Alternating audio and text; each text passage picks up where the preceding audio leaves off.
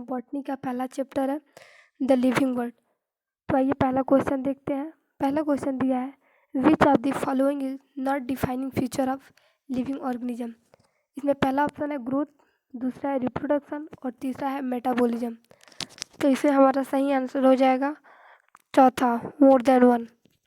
दूसरा क्वेश्चन दिया है आइसोलेटेड मेटाबॉलिक रिएक्शन इज। जो आइसोलेटेड मेटाबॉलिक रिएक्शन है वो कहाँ होता है? इन विट्रो रिएक्शन, दूसरा है इन विवो रिएक्शन और तीसरा लिविंग ऑर्गेनिज्म। तो इसमें भी मेरा चौथा आंसर सही हो जाएगा, मोर देन वन।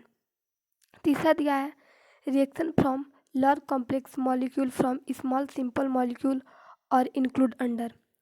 क्वेश्चन इसमें पूछ रहा है कि लार्ज कॉम्प्लेक्स को सिंपल मॉलिक्यूल में कैसे करेंगे, कैसे चेंज करेंगे? तो एनाबोलिक में करेंगे। एनाबोलिक में कैसे करेंगे? एनाबोलिक में जब अमीनो एसिड सिंथेसिस करता है तो प्रोटीन बनाता है।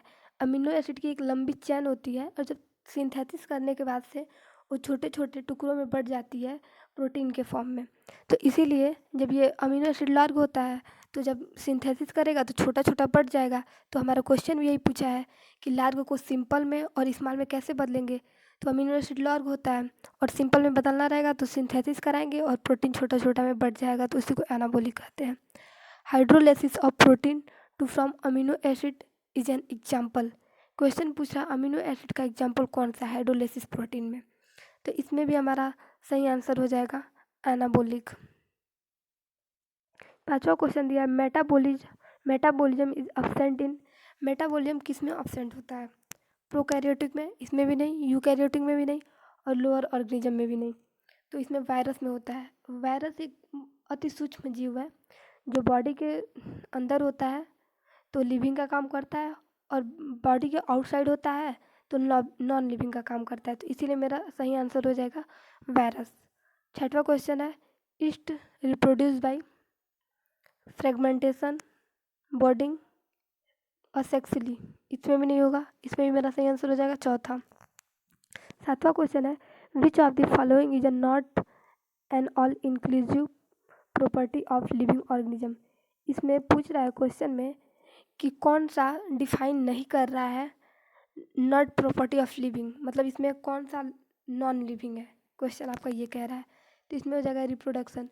ग्रोथ भी लिविंग होता है क्योंकि ग्रोथ होता है तभी तो हम लोग बड़े होते हैं या फिर कोई भी शरीर में चेंजिंग आता है।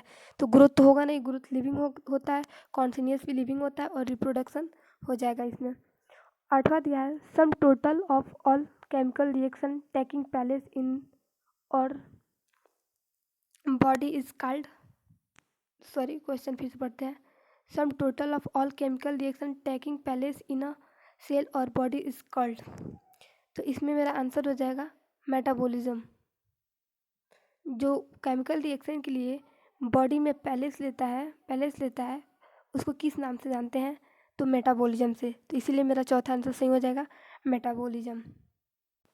9th क्वेश्चन दिया है growth and reproduction are linked in. Growth और रिप्रोडक्शन कौन सा होता है? यूनिसेलुलर ऑर्गेनिज्म होता है या मल्टी सेलुलर? तो ग्रोथ और रिप्रोडक्शन यूनिसेलुलर होता है और यूनिसेलुलर का एक एग्जाम्पल है इकोलाई। और जो इस ऑप्शन में यूकोलाई भी आ जाता है तो आप यूकोलाई ही मारेंगे क्योंकि यूकोलाई यूनिसेलुलर ऑर्गेनिज्म होता है। 10वां क्वेश्चन दिया ग्रोथ एंड रिप्रोडक्शन और सिनोनिम्स इन किस में होगा? अमीबा में। 11वां क्वेश्चन दिया है in which of the following organism reproduction never take place. Organism reproduction कभी प्लेस नहीं लेता है। क्वेश्चन क्या कह रहा है आप फिर से समझिए। In which of the following organism reproduction never take place. तो इसमें आपका आंसर हो जाएगा चौथा,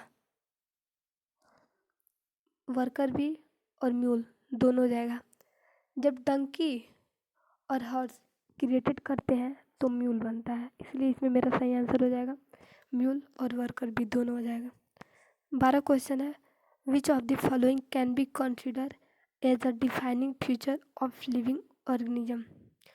कौन सा इसमें कंसिडर करता है कि डिफाइनिंग फीचर लिविंग ऑर्गेनिज्म ही होता है? Internal growth. इंटरनल मतलब शरीर के अंदर जो भी ग्रोथ हो रहा है वही कंसिडर करता है डिफाइनिंग फीचर। तेरा क्वेश्चन दिया है what kind of growth is inhabited bye non living organism. इसमें नॉन लिविंग ऑर्गेनिज्म कौन सा है? तो पहला क्वेश्चन दिया है, पहला ऑप्शन दिया है accumulation of material on surface, दूसरा दिया है accumulation of material inside, growth from inside, none of this above. तो इसमें पहला आंसर सही हो जाएगा accumulation of material on surface. चौथा क्वेश्चन दिया है metabolism can be best define. Metabolism best define क्या करता है? जैसे पहला दिया है the process in which a chemical is formed inside the body. अगर कोई भी हमारे शरीर में केमिकल रिएक्शन होता है इनसाइड, शरीर के बाहर तो होता नहीं है। और दूसरा दिया है, तो ये भी नहीं मेरा आंसर होगा।